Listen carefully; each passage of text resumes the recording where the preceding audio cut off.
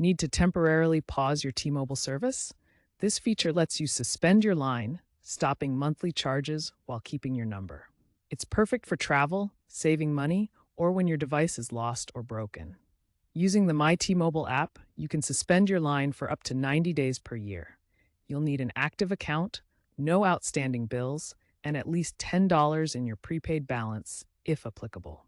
Remember, you can't make calls, text, or use data during suspension, but Wi-Fi calling might work if it was already enabled.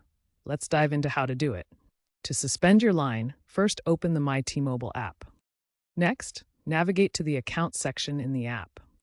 Select the specific line you want to suspend from your account. Then, choose the Temporary Suspend option for that line. Select the suspension duration, which can be up to 90 days. Confirm your selection to initiate the suspension.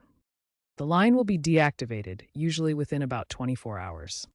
To restore your line, follow these steps in the app. Select Restore Line from the app menu.